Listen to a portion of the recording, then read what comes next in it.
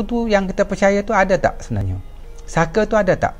Jadi sebenarnya hantu saka tu tak ada. Dia tak ada.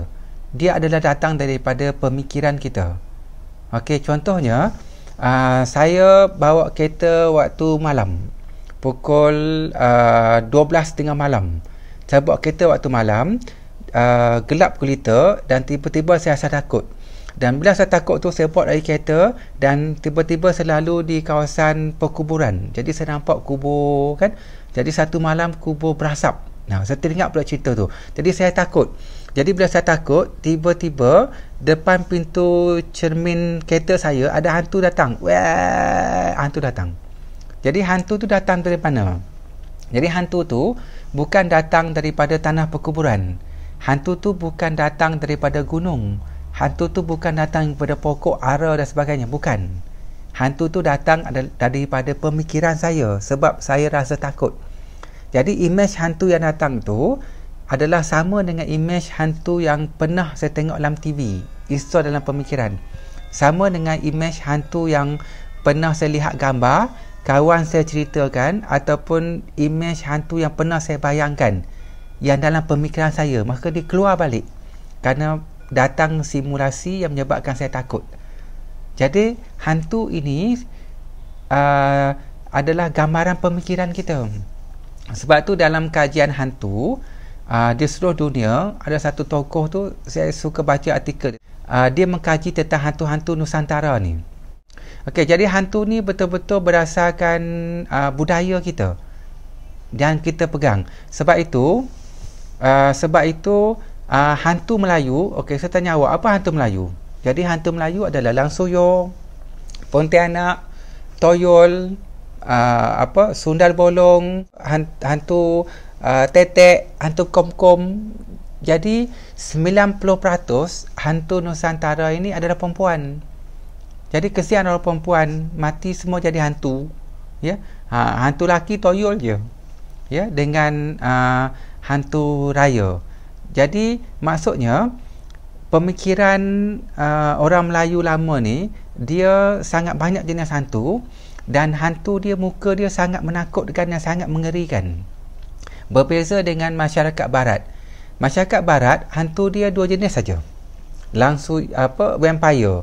Dengan vampire ni ada lelaki ada perempuan. Dan vampire ni hantu dia tak menakutkan, muka smart, ya. Jadi rambut sikat ke belakang, ya, pakai blazer, dan gigi taring, dan cakap dengan penuh romantik. Dan bila dia nak bunuh orang, dia gigit ke leher dengan romantik, dan orang tu mati dan dia jadi kerawa. Maksudnya tak mengerikan. Yang menakutkan dan mengerikan tu adalah zombie. Zombie muka dia hodoh. Hantu ni smart.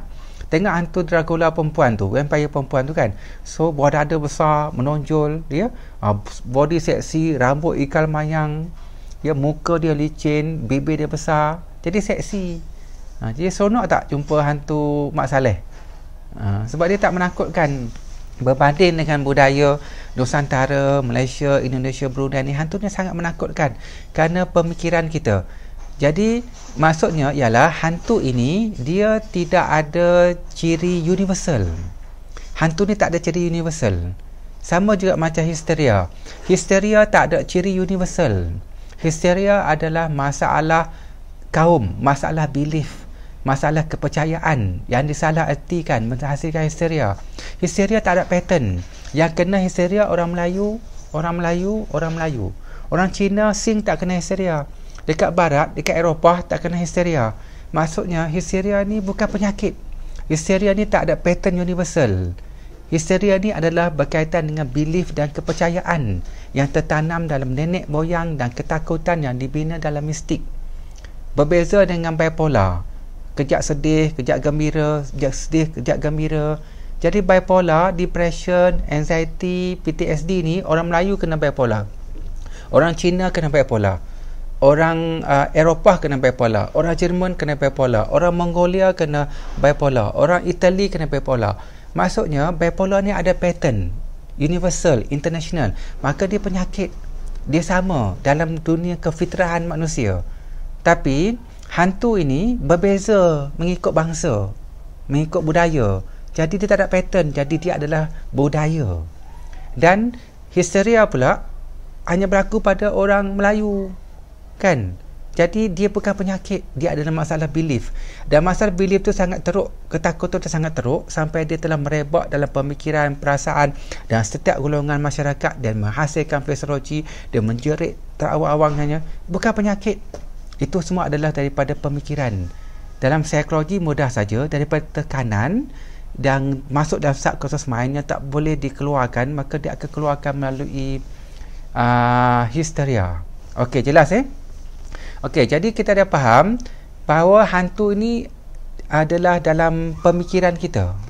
Ya, pemikiran kita. Jadi dia senang saja teori dia.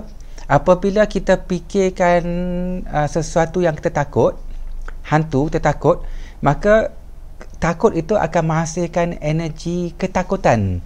Maka energi ketakutan itulah yang akan membina imajinasi, wajah, bentuk, suara dan sebagainya menjadi nyata.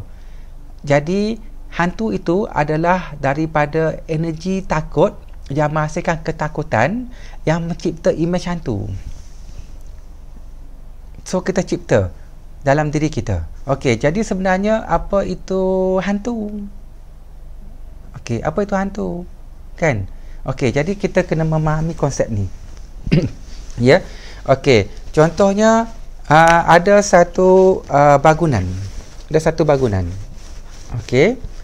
Ada satu bangunan usang.